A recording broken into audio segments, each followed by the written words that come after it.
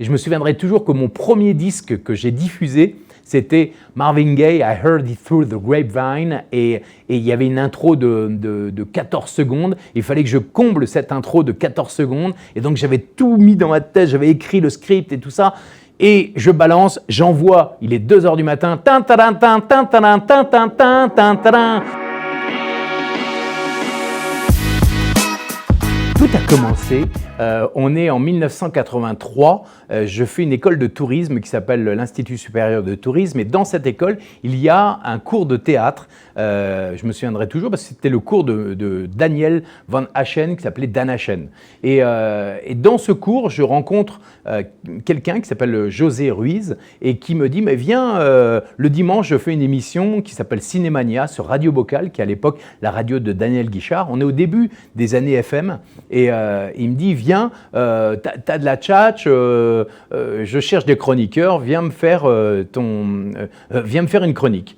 Je dis, bah écoute, je connais rien du tout en radio, mais comme depuis que je suis tout petit, depuis que j'ai l'âge de 5 ans, mon rêve, c'est de faire entendre ma voix sur les ondes et partout, surtout d'être connu. Donc je me dis, c'est mon heure.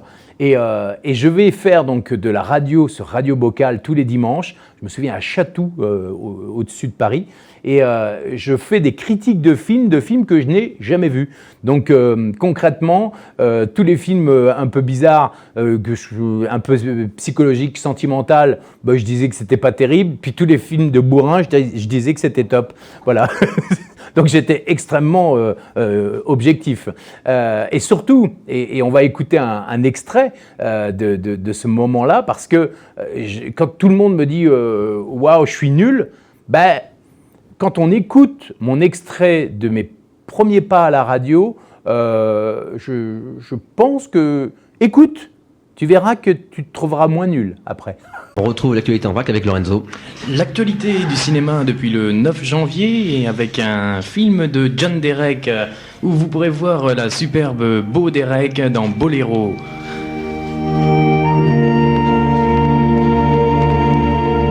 K.O. conte sicilien des frères Taviani, une histoire sicilienne comme vous en avez entendu parler.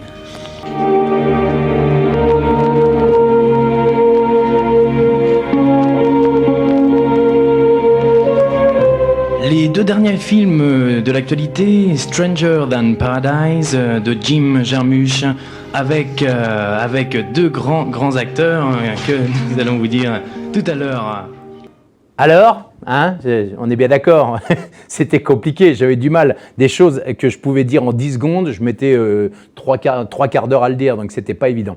Et puis j'avais une voix haute, j'étais pas du tout placé. J'avais envie de faire de la radio, mais je savais pas comment le faire. Bref, au début, donc, j'avais Radio Bocal. J'ai ensuite, je suis parti aux États-Unis et c'est là que j'ai eu un déclic. C'est aux États-Unis que j'ai eu un déclic.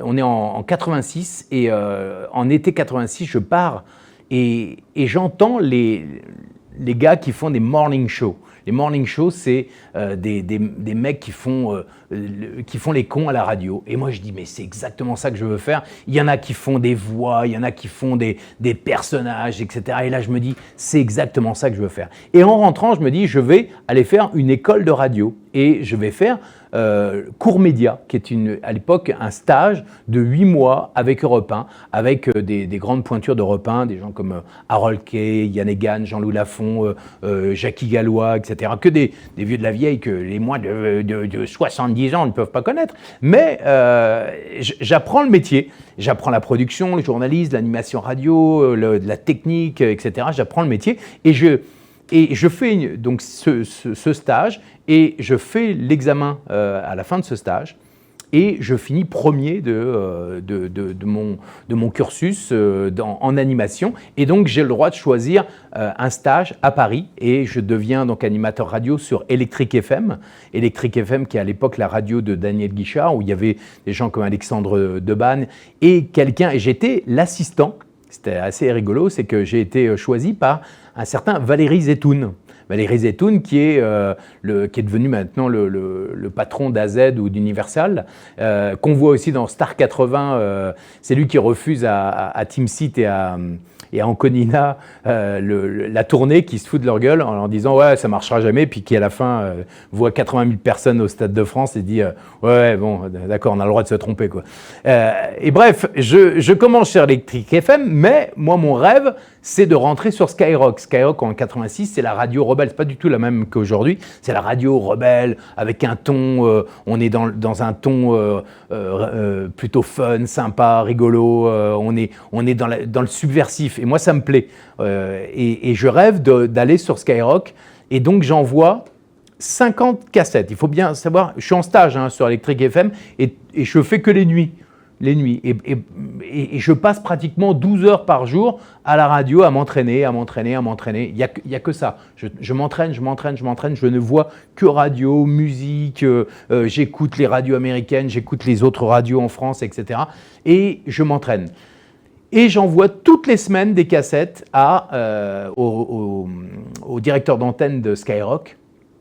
Et on est en septembre 86, je m'en souviendrai toujours. C'est à peu près la 50e cassette que j'envoie. Et là, je reçois un coup de fil. On est en début de semaine. Je reçois un coup de fil de l'assistante du directeur d'antenne de Skyrock qui me dit écoute, voilà, Lorenzo voudrait te rencontrer. Est-ce que tu es libre ce soir? Je dis bah oui, bien sûr. Hop, je vais à Skyrock. Et là, je suis dans son studio. Et il me dit bah voilà, assieds-toi. Tu vois là, il y a 50 cassettes. À l'époque, c'était les cassettes, c'était pas des MP3 ou autre. Il me dit, voilà, tu as 50 cassettes, la tienne, elle est au-dessus, tu commences vendredi à 2h du matin. Et là, il faut savoir que c'était la semaine de mon anniversaire, donc c'était un cadeau extraordinaire. Et je me souviendrai toujours, imagine travailler sur Skyrock, tout à coup, je devenais animateur sur une radio nationale qui avait des antennes nationales avec le gros son de Skyrock, avec la grosse voix, etc. Et là c'était un rêve qui devenait réalité. Et je me souviendrai toujours, parce que j'ai travaillé pour avoir la meilleure intervention, et je me souviendrai toujours que mon premier disque que j'ai diffusé, c'était Marvin Gaye, I Heard It Through the Grapevine, et il y avait une intro de 14 secondes, il fallait que je comble cette intro de 14 secondes, et donc j'avais tout mis dans ma tête, j'avais écrit le script et tout ça, et je balance, j'envoie, il est 2h du matin, Skyrock, la super radio avec la voix de Dorval. Et la voix de Dorval, c'est la voix de Stallone. Et là, je mets donc le on, j'appuie sur on, et qui je vois arriver dans la station, il est 2h du matin, je vois arriver le directeur des programmes et le directeur de la station qui arrivent et qui me font bonjour. Et là, au moment où je vais parler, et finalement, je fais le speak et je raccroche et là, je fais waouh! Et c'est parti. Et quelques mois plus tard, j'ai été viré. Et après, je suis arrivé sur Chéri FM, après sur Aventure et l'aventure Maximum avec 2X. Après, j'ai été racheté comme un footballeur par Skyrock. Ensuite, je suis parti aux États-Unis. Après, je suis allé à Fun Radio, après à Ado, etc., etc. J'ai eu une carrière de dingue après en télé, en radio. Ça a été plutôt une belle aventure, très très belle aventure. À mon sens, la chance n'a aucune chance de te permettre de réussir. C'est pas la chance qui permet de réussir, c'est toi qui provoques la chance. C'est-à-dire qu'on parle tout le temps que quand on rencontre quelqu'un, ouais mais tu as eu de la chance de rencontrer la personne. Moi je ne suis pas sûr, c'est toi qui étais là, qui a décidé d'être là et qui a décidé de parler à telle personne qui t'a permis de rencontrer telle personne.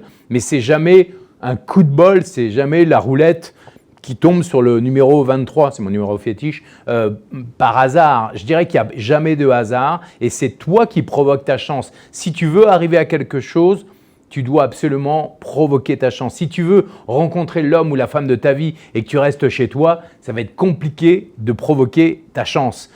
Si tout à coup tu décides de sortir à une soirée et même si pendant 10 soirées tu rencontres personne, peut-être qu'à la 11e soirée tu vas rencontrer quelqu'un et c'est parce que tu auras fait l'effort de sortir 11 fois. Mais à mon sens, il n'y a jamais de chance. C'est toi qui provoques. Il y a une chance, on va l'appeler la chance si on veut appeler ça la chance, mais c'est toi qui la provoque ta chance. Ce n'est pas une entité qui s'appelle la chance et qui te permet de réussir. Non, c'est toi la chance. En fait, tu es ta propre chance et c'est la chance que tu as, c'est d'être vivant et de pouvoir pousser la porte au moment où il le faut. Si tu es dans une soirée et qu'il y a quelqu'un de très important et qui peut faire avancer ta carrière ou ton business et que tu ne vas pas le voir, là, ce n'est pas de la chance, c'est de la connerie de ne pas y aller. donc, provoque ta chance et élimine ta connerie, tout simplement.